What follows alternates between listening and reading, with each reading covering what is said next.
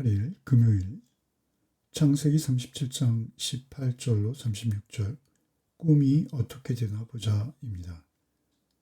요셉은 야곱의 편애 속에서 채색 옷을 입고 자랐습니다. 꿈을 꾸었으며 그 꿈을 형제들에게 자랑스럽게 이야기합니다. 결과 그는 미디안 상인들의 손에 노예로 팔리고 맙니다.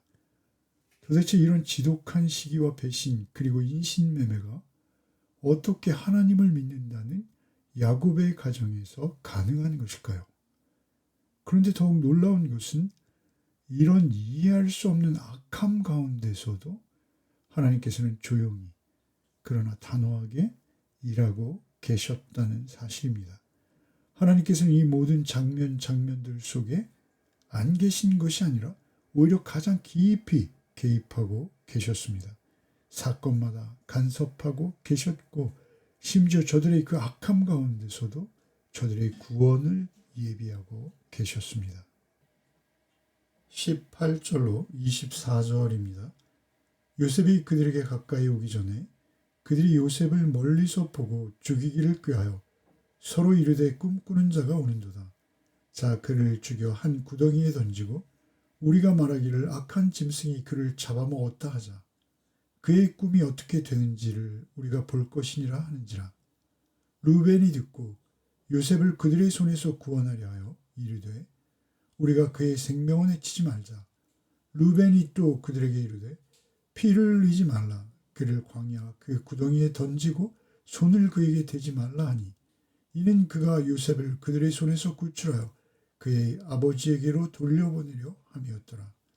요셉이 형들에게 이르매 그의 형들이 요셉의 옷 곧 그가 입은 채색 옷을 벗기고 그를 잡아 구덩이에 던지니 그 구덩이는 빈 곳이라 그 속에 물이 없었더라.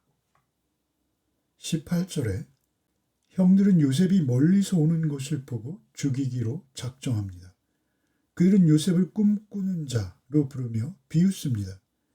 이미 호칭 속에 깊은 경멸과 시기의 마음이 들어있습니다.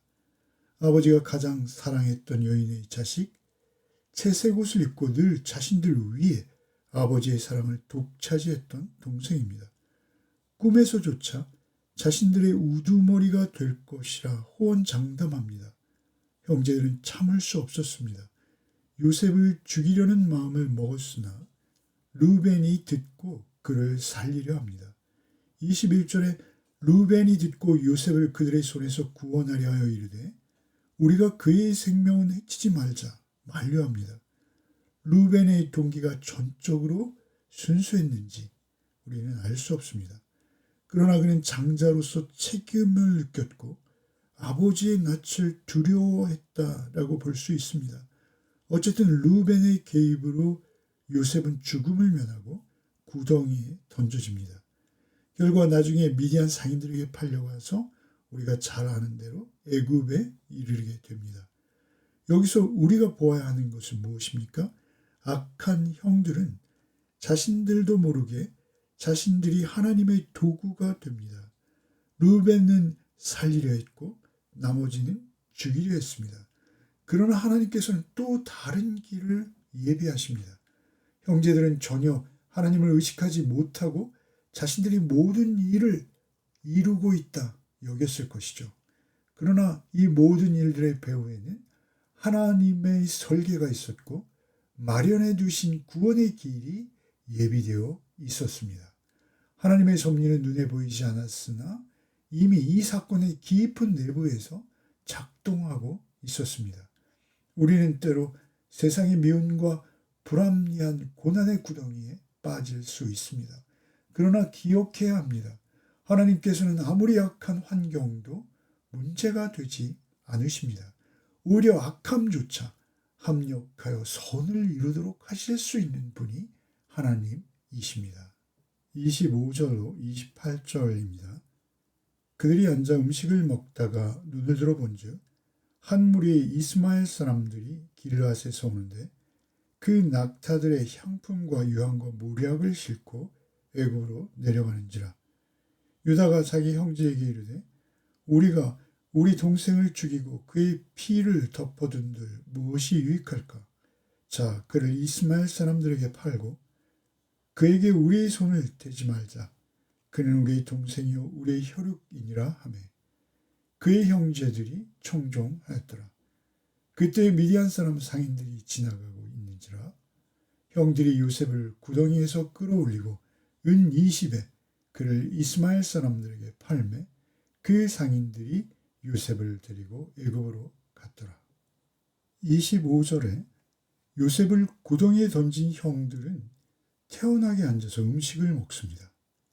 양심의 가책도 눈물도 없이 먹고 마시며 그들의 영적 상태를 고스란히 드러냅니다. 악을 행하면서도 배가 고프면 바로 그 자리에서 음식을 먹을 수 있는 그 인간의 무감각함과 잔인함이 여지없이 드러나고 있습니다. 이때 유다가 요셉을 죽여 피를 흘리는 대신에 미디안 상인들에게 팔자고 제안합니다. 어찌 보면 살인보다 더 추악한 인신매매를 제안하는 것입니다. 생명이 붙어 있다는 점은 다행이나 노예로서 비참한 삶은 오히려 더욱 잔인할 수 있습니다. 유다의 제안대로 결국 은 20에 팔려가고 맙니다. 훗날 예수께서는 은 30에 팔리시죠. 구약의 요셉과 신약의 예수님 사이에 놓인 이 평행선은 우연이라 할 수 없습니다. 요셉은 예표론에 의하면 예수님의 그림자요 모형입니다. 형제들에게 버림받고 값으로 팔리며 죽음 같은 고통으로 끌려가는 길은 장차 오실 메시아의 길을 미리 보여주고 있습니다. 결국 형제들의 구원을 위해서 팔린 것입니다. 그리고 노예 상인들은 애굽으로 향합니다. 그 시간, 그 장소, 그 방향, 그 상인들 모두 우연이 아닙니다. 형제들이 요셉을 팔려는 생각을 떠올렸고 자신들의 손으로 동생을 팔았다고 여기는 그 순간에도 하나님께서는 이미 요셉의 방향과 행선지를 결정해 두셨습니다. 인간이 은 20개로 거래를 이루었다고 여길 때 하나님께서는 이미 12지파의 생존을 위한 거대한 섭리의 수레바퀴를 굴리고 계셨습니다. 예수님께서도 인간의 죄악과 탐욕에 의해 십자가에 넘겨지실 때 이미 온 인류의 구원자로 세워지고 계셨습니다. 우리의 삶에서 일어나는 모든 손해와 억울한 거래조차도 하나님께서는 하나님의 성품을 드러내시는 선한 일로 바꾸실 수 있으십니다. 믿음은 때로 내 삶에 일어나는 일들이 이해되지 않아도 하나님을 신뢰하는 것입니다. 오늘도 믿음으로 하루를 살아내시기를 바랍니다. 29절로 36절입니다. 르벤이 돌아와 구덩이에 이르러 본즉 거기 요셉이 없는지라 옷을 찢고 아우들에게로 되돌아와서 이르되 아이가 없도다. 나는 어디로 갈까? 그들이 요셉의 옷을 가져다가 숫 염소를 죽여 그 옷을 피해 적시고 그의 채색 옷을 보내어 그의 아버지에게로 가지고 가서 이르기를 우리가 이것을 발견하였으니 아버지 아들의 옷인가 보소서 하매 아버지가 그것을 알아보고 이르되 내 아들의 옷이라 악한 짐승이 그를 잡아먹었도다. 요셉이 분명히 찢겼도다 하고 자기 옷을 찢고 굵은 배로 허리를 묶고 오래도록 그의 아들을 위하여 애통하니 그의 모든 자녀가 위로하되 그가 그 위로를 받지 아니하여 이르되 내가 슬퍼하며 수월로 내려가 아들에게로 가리라 하고 그의 아버지가 그를 위하여 울었더라. 그 미디안 사람들은 그를 애굽에서 바로의 신하 친위 대장 보디발에게 팔았더라. 요셉을 팔아버린 형들은 이제 아버지 야곱을 속입니다. 숫염소의 피를 요셉의 채색 옷에 적시어서 야곱에게 가져갑니다. 야곱은 대책 없이 무너져 내립니다. 내 아들의 옷이라 악한 짐승이 그를 잡아먹었도다. 요셉은 분명히 찢겼도다. 내가 슬퍼하며 스올로 내려가 아들에게로 가리라. 사실 여기에는 깊은 아이러니가 있습니다. 과거 야곱은 염소털로 아버지 이삭을 속인 적이 있습니다. 그런데 이제는 자신이 염소의 피로 속임을 당합니다. 그토록 죄는 반복됩니다. 속임은 또 다른 속임을 낳습니다. 그러나 인간의 죄가 반복될수록 하나님의 은혜는 더욱 선명하게 나타납니다. 오늘 본문의 마지막 절은 아주 조용히 끝나고 있습니다. 그 미디안 사람들은 그를 애굽에서 바로의 신하 지휘대장 보디발에게 팔았더라. 그저 야곱이 옮겨진 것으로 보이지만 이 장면에 등장하는 상황은 하나님의 구속사가 어떻게 진행될지를 보여주는 것입니다. 요셉은 버려진 것이 아닙니다. 하나님의 손 안에서 그저 옮겨지고 있었습니다. 형들은 요셉을 없애버렸다 여겼고 아버지 야곱은 요셉이 죽었다 생각합니다. 사람의 눈에는 실패처럼 보이고 끝난 것처럼 무너진 것처럼 보입니다. 그러나 하나님께서는 그 자리에서도 일하고 계십니다. 예수님도 마찬가지였죠.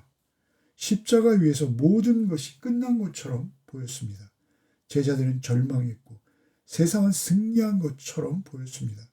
그러나 바로 그 죽음의 자리에서 부활이 시작되고 있었습니다. 하나님께서 그 하신 언약을 반드시 이루십니다.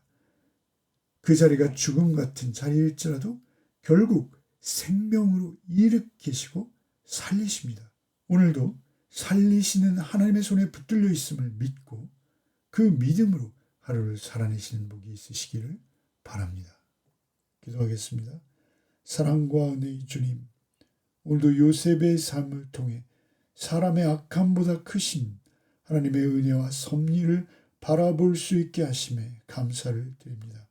형들은 요셉을 버렸으나 하나님께서는 그 억울함 속에서도 침묵의 시간 속에서도 하나님의 구원 계획을 이루어 가셨습니다. 주님, 우리 역시 때로 이해할 수 없는 시간이 얼마나 많은지요. 기도해도 길이 보이지 않고 사람들에게 오해도 받고 눈물로 지내는 시간도 있습니다. 그러나 오늘 말씀을 통해서 보이지 않아도 하나님께서 일하고 계시며 멈춘 것처럼 보여도 우리를 구원하시고 우리를 사용하시는 하나님의 손길이 멈추지 않는다는 것을 보게 하셨습니다. 오직 믿음으로 하나님의 계획을 신뢰하게 하시고 하나님의 선하심을 의심치 않게 하여 주시옵소서. 주님, 요셉이 버려진 자리에서 결국 많은 사람을 살리는 일에 사용될 수 있었듯이 우리의 상처와 눈물, 실패의 시간조차 누군가를 살리는 은혜의 통로로 사용되게 하여 주시옵소서. 사람들에게 버림받으시고 조롱당하셨으나 우리를 살리셨던 주님을 잊지 않고 그 은혜 안에 머무는 하루가 되게 하여 주시옵소서.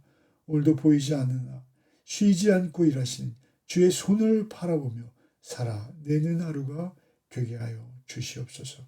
우리의 인생을 끝까지 붙드시고 모든 것이 합력하여 선을 이루시는 우리 주 예수 그리스도의 이름 받들어 기도하옵나이다.